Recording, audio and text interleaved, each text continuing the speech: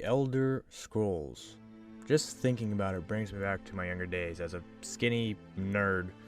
I remember the first time I played Morrowind, though I didn't understand the game as well at the time, or did I even realize it's the third in the series. It wasn't until much later and I had been playing Oblivion that I realized there were two whole other games. So where do the Elder Scrolls begin?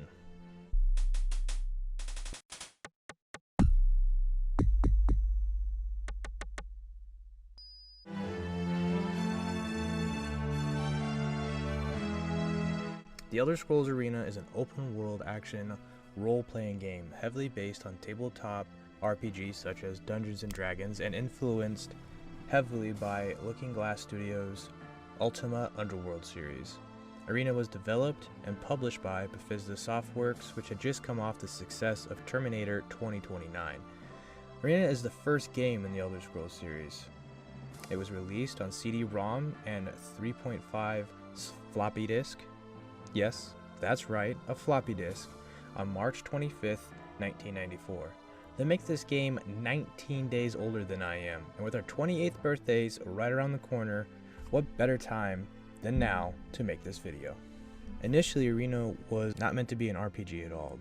The player and a team of their fighters would travel around the world with other teams and battle them in their arenas until the player became the grand champion in the capital, the Imperial City. Along the way, side quests of more role-playing oriented could be completed. These side quests were supposed to be just filler, a way for characters to get some extra gold and to help outfit you and your team. As the game went into development, they realized that people were enjoying the side quests more than the arena combat itself. The tournaments became less important and the side quests more so. Role-playing elements were added into the game, and the game expanded to include cities outside arenas and dungeons beyond the cities. Eventually, they decided to just drop the whole tournament idea and focus on quests and dungeons, going from an RPG-like game to a full-on role-playing game.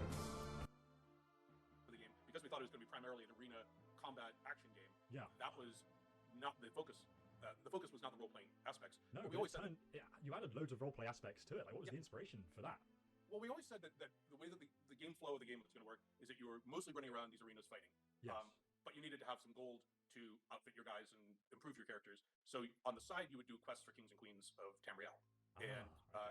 And those, when it turns out the gameplay of running around in these arenas fighting was not that great, then we said, but people actually seem to like the role-playing aspects of it and doing these quests, then we just changed the focus and said, okay, it's not a role-playing light game, it's kind of role-playing heavy. And so with that, hello there, my angels. Today we are going on an adventure together on the beginning of the largest project that I have taken on to date. Today we'll be talking about the first of a much beloved series, The Elder Scrolls Arena. The game opens with a brief history on the Empire, explaining that the continent of Tamriel was war-torn until Tiber Septim took control. It also a clever way for the developers to explain away the name Arena as a nickname for the lands because of all the war and death. Here we are at the main screen. After clicking on New Game, we are put into another cutscene explaining the current Emperor has been tricked and overthrown by the Imperial Battle Mage, Jaeger Thorn. Rhea, Tharn's apprentice, tries to warn the council and is captured before she can. With that, we are led into class selection. You can answer a few questions where the game will suggest a class for you, or you can choose one of the 18 classes there are. Broken into 3 main RPG archetypes: warriors, mages, and thieves. After naming ourselves, we select where we hail. This will be your race and your starting location. It feels like a good time to mention how the stats work in the game. Much like Dungeons & Dragons, all your stats are rolled or generated and are preset with race and gender adjustments you've already made. You get a racial base and gender modifier, plus a d20, plus 1 for each attribute. Yes, there are gender modifiers. Most female characters will have something like a minus to strength, but a boost to agility or intelligence. The generated stats apply to your health, which the formula will be changed depending on what class you have selected, ranging from a 25 plus a 1d6, the lowest, as a mage, or a 25 plus a 1d30, a barbarian. Rerolling is also an option if you feel like your stats are trash, and that way you aren't stuck with them. I actually like this system, and I wish more games had it. The idea that something in life are out of your control, and it just makes it for a better backstory. You know, why is your strength so high but your intelligence so low? Well, your character's a big dumb barbarian. It also takes me back to when I first rolled up my first D&D character. There's something exciting about not having complete control and leaving it up to the dice. For this playthrough though, I made a Nord Knight, which in hindsight, wasn't the best idea. I think this was a mistake, just because it will limit me from casting spells. Knights aren't allowed to cast spells, but I wanted to be able to wear heavy armor and have a high HP, but I can only do melee combat. After you iron out your class and your personal features, we have another cutscene. Rhea has come to us in a dream and explained that we are the last hope to stop the battle mage Tharn, and we must find the shattered staff. She tells us where to find the key to our freedom from our cell and out of the prison. She also tells us that she is dead and it's only her power that keeps her in between the two worlds of the living and the dead. She also tells us that she can only visit us in our dreams, so it's important to sleep.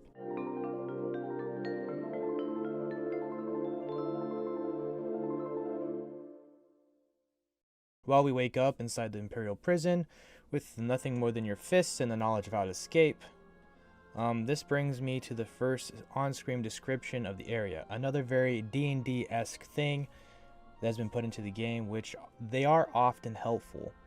As I look around the room, I do find the key that Rhea has mentioned and unlock my cell, which I promptly escape and head west, and I'm immediately killed by a goblin. Yep, and that's just the start of this bullshit. I'm going to say this one time. This game made me miss autosaves. I ended up making a few characters until I figured out that the game doesn't actually save after character creation. It just deletes your character when you die. Well, I mean, you died, so... Which is frustrating at first because the movement and combat of the arena are unique. I started this game with very little knowledge of how it worked, and I was gravely punished for my ignorance. The way movement works is you use your mouse, and you go to the edge of the screen in the direction you'd like to move. You click and hold the left mouse button. To attack, you click and hold the right mouse button and move in the direction you want to attack. Left to right, right to left, up and down, even from corner to corner. We'll do a corresponding sweep with your weapon. After a while, I also realized that I could just use the arrow keys, which made my life easier in the movement aspects. So some people think that moving the mouse all over the place is the best way for combat. It's not. There is a method to it, and it's all has to do with numbers. A diagonal slash from left to right or right to left will give you a -5 chance to hit the opponent, but a +2 to weapon damage.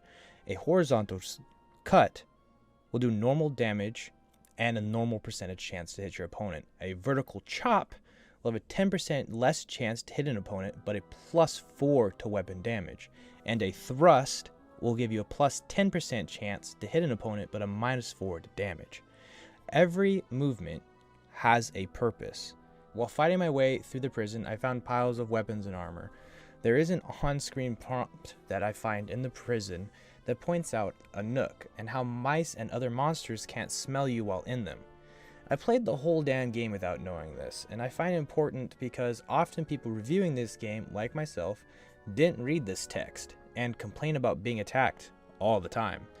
After getting mauled by rodents and goblins, I finally find the portal that Rhea mentioned. Which brings up something else that I loved about this game. The anti-pirating system that they used. So to exit the portal of the first dungeon, you have to answer a question from the handbook that would have come with the game. And I feel like that I need to mention, this game came out long before the internet was so prevalent in everybody's life. So it's a nice touch and kind of a reminder of the times that it's from. This dungeon was a grind for me. I died a lot. I had to make a lot of new characters, but I learned a lot. And honestly, this made me more excited for the game. Almost like a Souls game of its time, it was unforgiving, and the learning curve was there. But when I did get out, and I did kill things, and I felt accomplished, I was hooked. After exiting the dungeon, I found myself home in Skyrim. While looking for the local inn to rest in, I was attacked. and murdered. Again. So, I actually have a note here that says, night encounters in town are bullshit, which at a low level, I stand by this. So, something at night, if you're not in a tavern, you have a chance of having a random monster encounter. Anything from a goblins to rats to in the city streets to street thieves or a goddamn minotaur swinging for your head. Why are there minotaurs inside the goddamn city gates that are like 8 blocks high? I don't... Drow. Why are there minotaurs inside the city gates? The world may never know. After a few minutes of aimlessly running around town, I find an inn and I'm able to rest my head. I buy a room, I talk to locals, and I look for Fang Lair, where Rhea said the first part of the staff will be after I had rested. I head to a local blacksmith and I outfit myself, and I sell what little I found inside the prison. And this is where something begins to click from when I first played Dungeons & Dragons. Nowadays, people are always looking for plus signs to raise armor, which is how I started the game. In 1st and 2nd edition D&D, your AC or your armor class was supposed to be as low as it can be. As simple as I can think is that they were rolling a number to add to your AC, and if the two numbers were over 0, they hit, and then they would roll for damage. It makes sense, I promise. So here I am, Archie the Knight, in plate armor, a tower shield, and ready to go out into the world. I'd like to say at this point that my playthrough, I got very lucky. I had many magical items to start, and it gave me a lot of gold to play with. And I didn't even realize it at the time. Loot is all random, and when you find it on the ground, it switches every time you enter a dungeon. So every playthrough can be different. Along with buying an ebony mace at level 4, you look at this graph, an ebony is the highest tier you can get with a +5 to hit and a +5 damage. A mace damage is between 1 and 12. That makes this mace a 16 to 18 or 6 to 18 at level 4. Yeah, I spent all of my gold on it.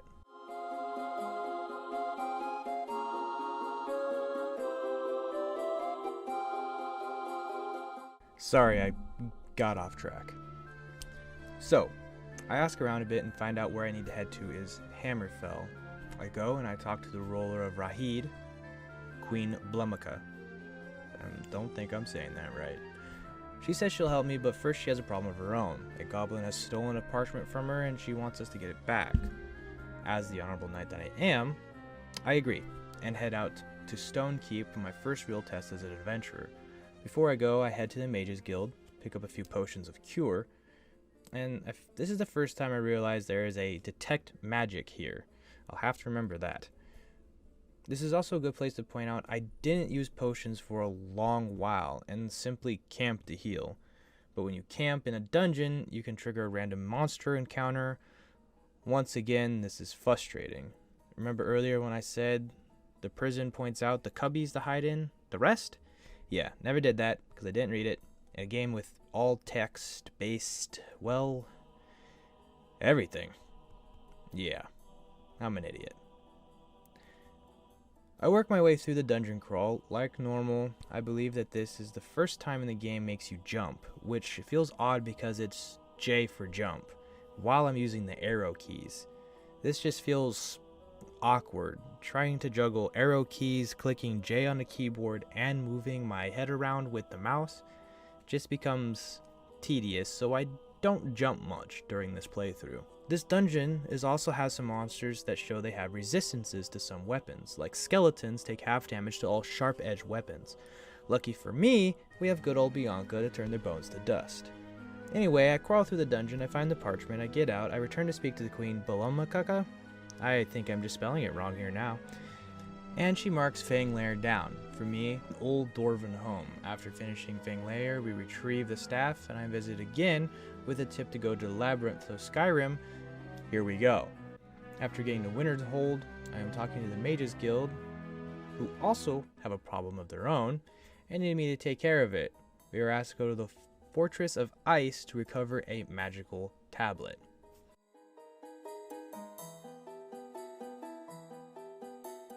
In a classic Elder Scrolls fashion, fast travel is very prominent in this game. Unlike some of the games where like Morrowind or Skyrim and you're encouraged to walk, I feel I need to remind people that this is the entire continent of Tamriel we are traveling. And you can feel the size when you walk outside a city wall. I tried it. Once, I really did. After walking for about 20 minutes, I just fast traveled. There's so much out there to explore though, but someone who's been spoiled with mini-maps and tracking systems, waypoints. If I were playing in the 90s, I probably would have spent more time walking around the towns, finding these extra dungeons that are laid out there for you to find, but for today, I mean, we're spoiled. That's all I have to say on that.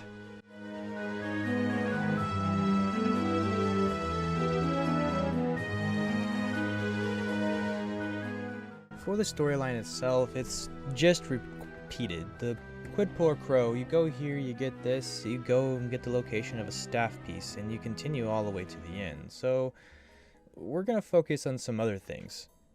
For example, the monsters. There are 24 variations of monsters in the world, and then there are human enemies that come from any of the classes that you could choose from, and which are 18 more enemy types for a total of 42. The game utilizes them all, and in a way that is done well in my opinion. Normal dungeons or sewers will have things like rats, zombies, goblins, spiders, and skeletons. When you enter a keep or an old castle, you could be fighting knights or monks. Lava levels have fire demons and hellhounds. Ice demons have ice golems and frost wolves. At one point in time, I was doing a side quest and was being hunted by the Dark Brotherhood, who wanted to stop me, and the longer it took me, the bigger of enemy they sent after me, starting with Nightblades and Assassins, then Skeletons, and then they sent a Wraith and a Vampire after me. I actually broke this quest, and I was just being attacked every time I rested outside of a town. Till I fast traveled once and I got a notice that told me some knights stop you on the road, the king was impatient to get the letter, they take it from you and deliver it themselves. I actually love this encounter just because it showed that even if I'm not keeping track of my side quests, the game is. But I digress. They start you with rats, goblins, orcs, and work you up with things like stone golems, iron golems, and liches, pretty much all that you fight in the last few levels. The game is good about giving you enemies that you should be able to handle, but will absolutely kill you if you let them. Just like in D&D. Your DM is supposed to challenge you, and sometimes you die. That's the game. Getting tired of me comparing this to Dungeons and Dragons yet?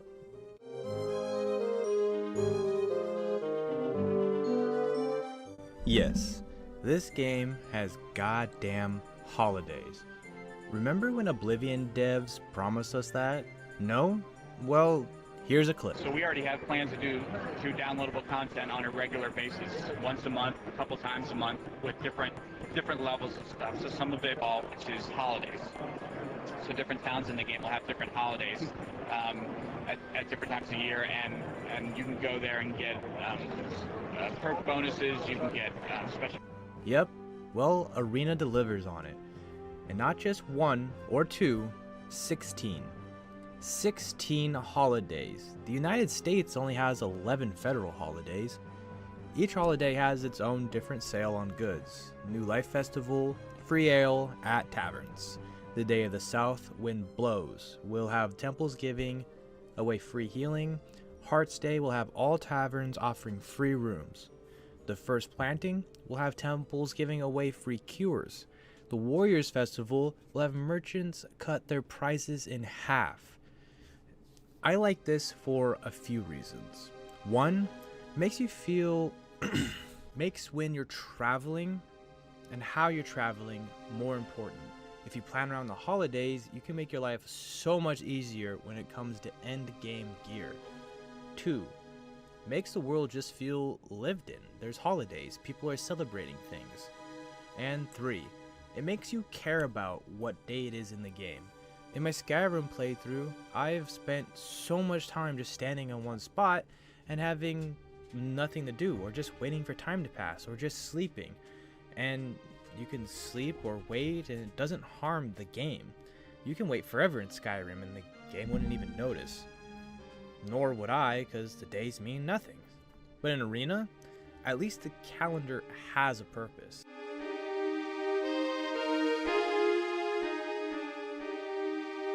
Magic, in my opinion, is both a pain and fun at the exact same time. The Spellcrafter is open to you as soon as you get out of the prison, and mixing and matching effects is fun, and it's simple. Select an area of effect, either an AoE, a target, or yourself, the type of elemental damage you'd want to do, like poison or fire or ice, and you can choose up to 3 effects onto one spell. Makes it more expensive. Wish they had done an enchanting system like this for this game, along with the same guidelines for non-magic users. With that being said, low-level spell casting is just damn near impossible. I spent some time as a battle mage just to try it out, and I spent more time swinging my sword than I did spell casting.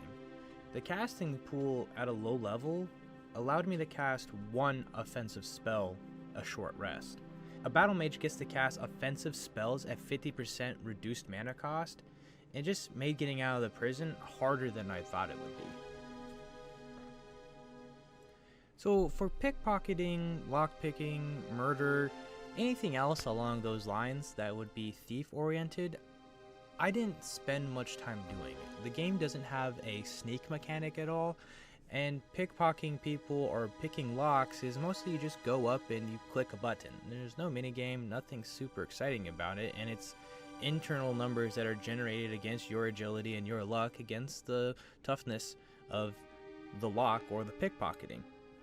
I didn't have to worry about this too much because the game allows you to bash open most doors and bash open chests, which I kind of wish that the older games would implement as well. Games like Knights of the Old Republic allowed you to smash open some things along with chests and doors, and at the cost of breaking things inside the chests, which in the player handbook of Arena, it does state that you have a chance of breaking things inside the chests.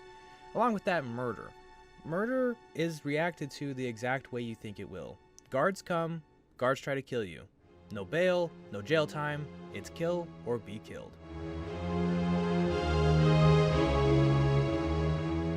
So now that we are at the end of this video, it seems like the wrong place to talk about the story, but I feel like the story is simple, and it's simple almost to a fault. There are 8 parts of the staff. You go get them, and every time you go to a new place where a staff should be, a king or queen has this other task for you to do before they give you the location of this part of the staff you need. So 8 dungeons became 16, and after you remake the staff, you just go to the palace, you kill Tharn, you save the king, and you're named the Eternal Champion. That's the story in a nutshell. That's the story, but it's not the whole game. The game really wasn't about the story, it was about exploring, and I feel like I was rushing myself to meet this deadline for the video and didn't explore properly, or immerse myself into the RPG aspect like I should have.